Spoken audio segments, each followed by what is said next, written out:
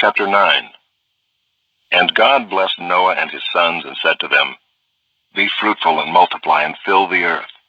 The fear of you and the dread of you shall be upon every beast of the earth, and upon every bird of the heavens, upon everything that creeps on the ground, and all the fish of the sea. Into your hand they are delivered. Every moving thing that lives shall be food for you. And as I gave you the green plants, I give you everything. But you shall not eat flesh with its life, that is, its blood. And for your lifeblood I will require a reckoning. From every beast I will require it, and from man. From his fellow man I will require a reckoning for the life of man. Whoever sheds the blood of man, by man shall his blood be shed. For God made man in his own image. And you, be fruitful and multiply, increase greatly on the earth, and multiply in it. Then God said to Noah and to his sons with him, Behold, I establish my covenant with you and your offspring after you, and with every living creature that is with you, the birds, the livestock, and every beast of the earth with you, as many as came out of the ark. It is for every beast of the earth. I establish my covenant with you that never again shall all flesh be cut off by the waters of the flood, and never again shall there be a flood to destroy the earth. And God said, This is the sign of the covenant that I make between me and you and every living creature that is with you, for all future generations. I have set my bow in the cloud, and it shall be a sign of the covenant between me and the earth. When I bring clouds over the earth, and the bow is seen in the clouds, I will remember my covenant that is between me and you and every living creature of all flesh. And the waters shall never again become a flood to destroy all flesh. When the bow is in the clouds, I will see it and remember the everlasting covenant between God and every living creature of all flesh that is on the earth. God said to Noah, This is the sign of the covenant that I have established between me and all flesh that is on the earth. The sons of Noah who went forth from the ark were Shem, Ham, and Japheth. Ham was the father of Canaan. These three were the sons of Noah, and from these the people of the whole earth were dispersed. Noah began to be a man of the soil, and he planted a vineyard. He drank of the wine and became drunk and lay uncovered in his tent. And Ham, the father of Canaan, saw the nakedness of his father and told his two brothers outside. Then Shem and Japheth took a garment, laid it on both their shoulders, and walked backward and covered the nakedness of their father. Their faces were turned backward, and they did not see their father's nakedness. When Noah awoke from his wine and knew what his youngest son had done to him, he said, Cursed be Canaan, a servant of servants shall he be to his brothers. He also said, Blessed be the Lord, the God of Shem, and let Canaan be his servant. May God enlarge Japheth, and let him dwell in the tents of Shem, and let Canaan be his servant. After the flood, Noah lived 350 years. All the days of Noah were 950 years, and he died. Genesis, chapter 10. These are the generations of the sons of Noah, Shem, Ham, and Japheth. Sons were born to them after the flood. The sons of Japheth, Gomer, Magog, Madai, Javan, Tubal, Meshech, and Tyrus. The sons of Gomer, Ashkenaz, Riphath, and Togarmah. The sons of Javan, Elisha, Tarshish, Kittim, and Dodanim. From these the coastland peoples spread in their lands, each with his own language, by their clans in their nations. The sons of Ham, Cush, Egypt, Put, and Canaan. The sons of Cush, Seba, Havilah, Sabta, Raamah, and Sabtika. The sons of Raamah, Sheba, and Dedan. Cush fathered Nimrod. He was the first on earth to be a mighty man. He was a mighty hunter before the Lord. Therefore it is said, Like Nimrod, a mighty hunter before the Lord. The beginning of his kingdom was Babel, Erech, Akkad, and Calneh in the land of Shinar. From that land he went into Assyria and built Nineveh, Rehoboth-ir, Calah, and Rezin between Nineveh and Calah. That is the great city. Egypt fathered Ludim, Anamim, Lehabim, Naphtuhim, Pathrusim, Casluhim, from whom the Philistines came, and Caphtorim. Canaan fathered Sidon, his firstborn, and Heth, and the Jebusites, the Amorites, the Girgashites, the Hivites, the Arkites, the Sinites, the Arvadites, the Zemarites, and the Hamathites. Afterward the clans of the Canaanites dispersed, and the territory of the Canaanites extended from Sidon in the direction of Gerar as far as Gaza, and in the direction of Sodom, Gomorrah, Admah, and Zeboim as far as Lasha. These are the sons of Ham by their clans, their languages, their lands, and their nations. To Shem also, the father of all the children of Eber, the elder brother of Japheth, children were born. The sons of Shem, Elam, Asher, Arpachshad, Lud, and Aram. The sons of Aram, Uz, Hul, Gether, and Mash. Arpachshad fathered Shelah, and Shelah fathered Eber. To Eber were born two sons. The name of the one was Peleg, for in his days the earth was divided, and his brother's name was Joktan. Joktan fathered Almodad, Sheleph, Hazarmaveth, Jerah, Adoram, Uzal, Diklah, Obal, Abimael, Sheba, Ophir, Havilah, and Jobab. All these were the sons of Joktan. The territory in which they lived extended from Mesha in the direction of Sephar to the hill country of the east. These are the sons of Shem by their clans, their languages, their lands, and their nations. These are the clans of the sons of Noah according to their genealogies in their nations, and from these the nations spread abroad on the earth after the flood. Genesis, chapter 11. Now the whole earth had one language and the same words. And as people migrated from the east, they found a plain in the land of Shinar and settled there. And they said to one another, "Come, let us make bricks and burn them thoroughly." And they had brick for stone and bitumen for mortar. Then they said, "Come, let us build ourselves a city and a tower with its top in the heavens, and let us make a name for ourselves, lest we be dispersed over the face of the whole earth." And the Lord came down to see the city and the tower which the children of man had built. And the Lord said, "Behold, they are one people, and they have all one language, and this is only the beginning of what they will do. And nothing that they propose to do will now be impossible for them. Come, let us go down and there confuse their language, so that they may not understand one another's speech." So the Lord dispersed them from there over the face of all the earth, and they left off building the city. Therefore its name was called Babel, because there the Lord confused the language of all the earth. And from there the Lord dispersed them over the face of all the earth. These are the generations of Shem. When Shem was 100 years old, he fathered Arpachshad 2 years after the flood. And Shem lived after he fathered Arpachshad 500 years, and had other sons and daughters. When Arpachshad had lived 35 years, he fathered Shelah. And Arpachshad lived after he fathered Shelah 403 years, and had other sons and daughters. When Shelah had lived 30 years, he fathered Eber. And Shelah lived after he fathered Eber 403 years, and had other sons and daughters. When Eber had lived 34 years, he fathered Peleg. And Eber lived after he fathered Peleg 430 years, and had other sons and daughters. When Peleg had lived 30 years, he fathered Reu. And Peleg lived after he fathered Reu 209 years, and had other sons and daughters. When Reu had lived 32 years, he fathered Serug. And Reu lived after he fathered Serug 207 years, and had other sons and daughters. When Serug had lived 30 years, he fathered Nahor. And Serug lived after he fathered Nahor 200 years, and had other sons and daughters. When Nahor had lived 29 years, he fathered Terah.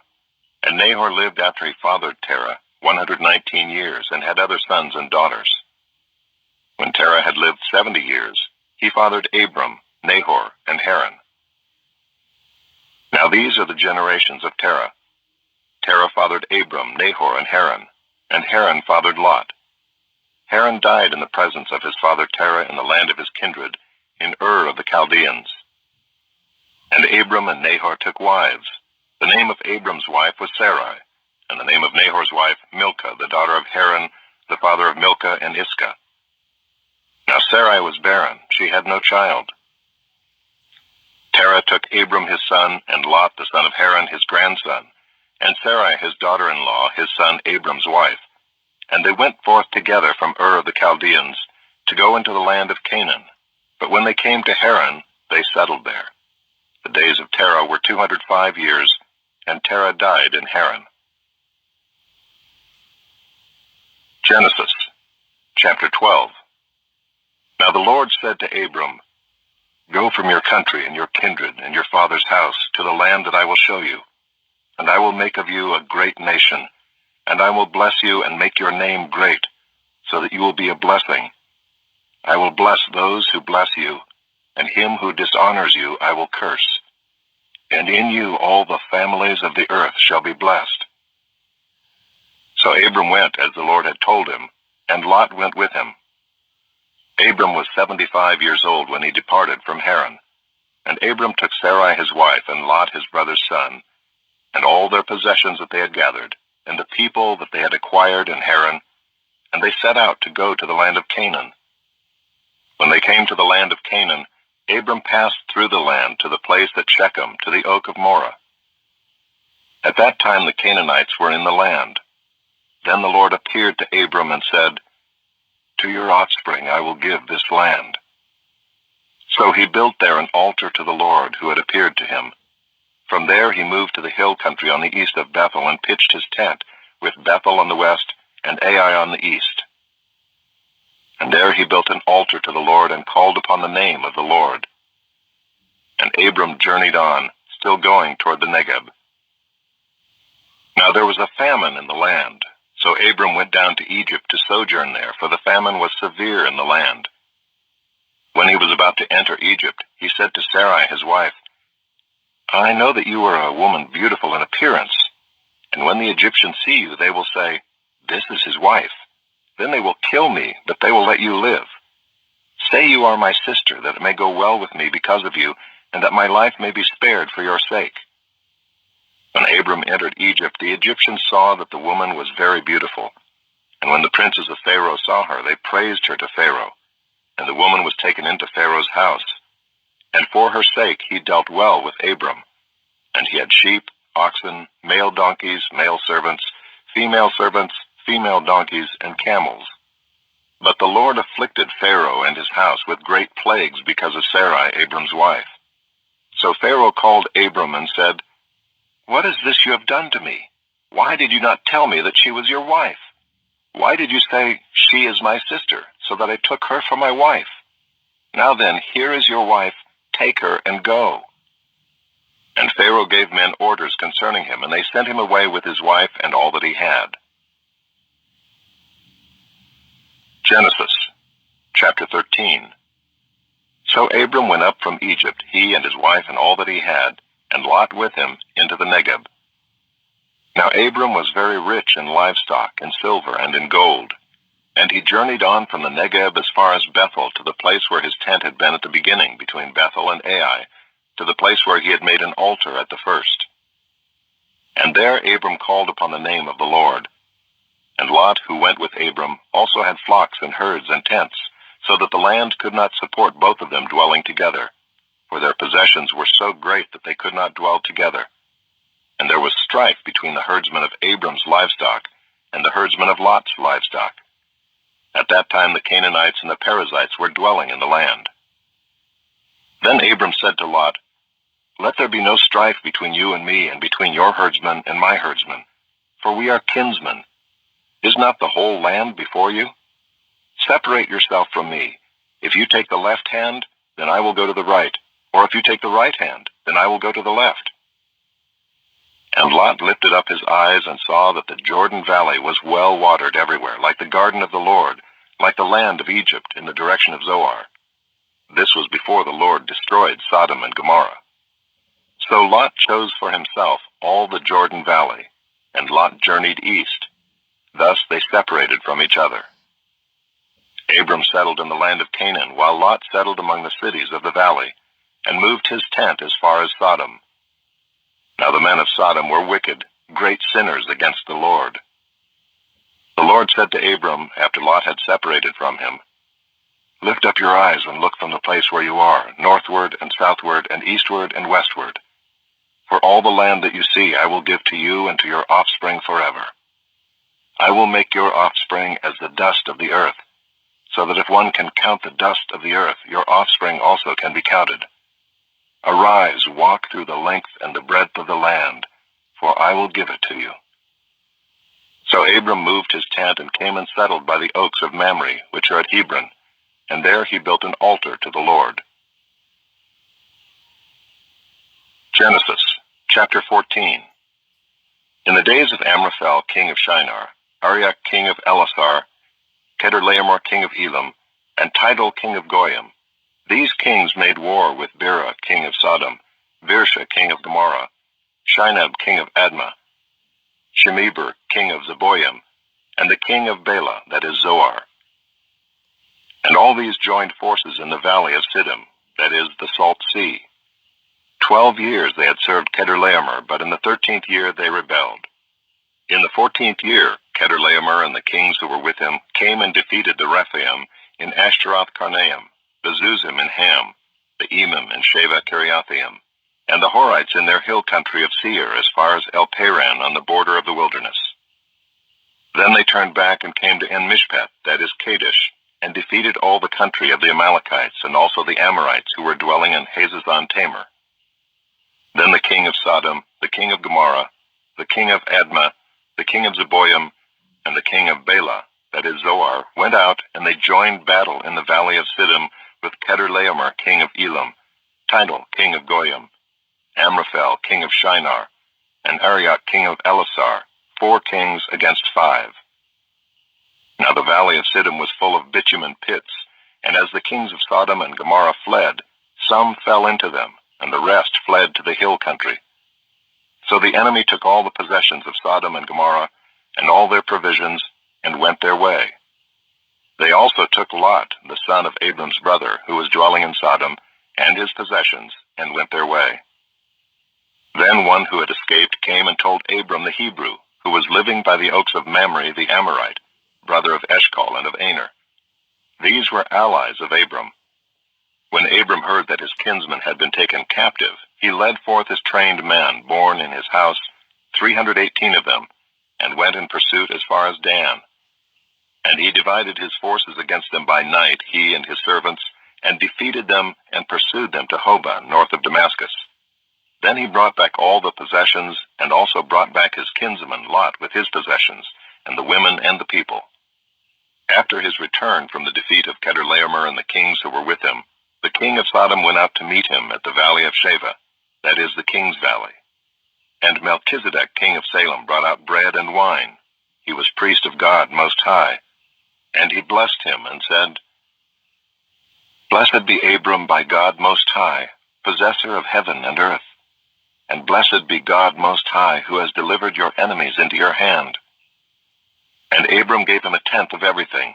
And the king of Sodom said to Abram, Give me the persons, but take the goods for yourself. But Abram said to the king of Sodom, I have lifted my hand to the Lord, God Most High, possessor of heaven and earth, that I would not take a thread or a sandal strap or anything that is yours, lest you should say, I have made Abram rich. I will take nothing but what the young men have eaten, and the share of the men who went with me. Let Aner, Eshcol, and Mamre take their share. Genesis chapter 15. After these things the word of the Lord came to Abram in a vision. Fear not, Abram. I am your shield. Your reward shall be very great. But Abram said, O Lord God, what will you give me? For I continue childless, and the heir of my house is Eliezer of Damascus. And Abram said, Behold, you have given me no offspring, and a member of my household will be my heir. And behold, the word of the Lord came to him. This man shall not be your heir. Your very own son shall be your heir. And he brought him outside and said, Look toward heaven, and number the stars if you are able to number them. Then he said to him, So shall your offspring be. And he believed the Lord, and he counted it to him as righteousness. And he said to him, I am the Lord who brought you out from Ur of the Chaldeans to give you this land to possess." But he said, "O Lord God, how am I to know that I shall possess it?" He said to him, "Bring me a heifer 3 years old, a female goat 3 years old, a ram 3 years old, a turtle dove, and a young pigeon." And he brought him all these, cut them in half, and laid each half over against the other. But he did not cut the birds in half. And when birds of prey came down on the carcasses, Abram drove them away. As the sun was going down, a deep sleep fell on Abram. And behold, dreadful and great darkness fell upon him. Then the Lord said to Abram, "Know for certain that your offspring will be sojourners in a land that is not theirs, and will be servants there, and they will be afflicted for 400 years. But I will bring judgment on the nation that they serve, and afterward they shall come out with great possessions. As for you, you shall go to your fathers in peace. You shall be buried in a good old age. And they shall come back here in the 4th generation, for the iniquity of the Amorites is not yet complete." When the sun had gone down and it was dark, behold, a smoking fire pot and a flaming torch passed between these pieces. On that day the Lord made a covenant with Abram, saying, "To your offspring I give this land from the river of Egypt to the great river, the river Euphrates, the land of the Kenites, the Kenizzites, the Cadmonites, the Hittites, the Perizzites, the Rephaim, the Amorites, the Canaanites, the Girgashites, and the Jebusites." Genesis chapter 16. Now Sarai, Abram's wife, had borne him no children. She had a female Egyptian servant whose name was Hagar. And Sarai said to Abram, "Behold now, the Lord has prevented me from bearing children. Go in to my servant. It may be that I shall obtain children by her."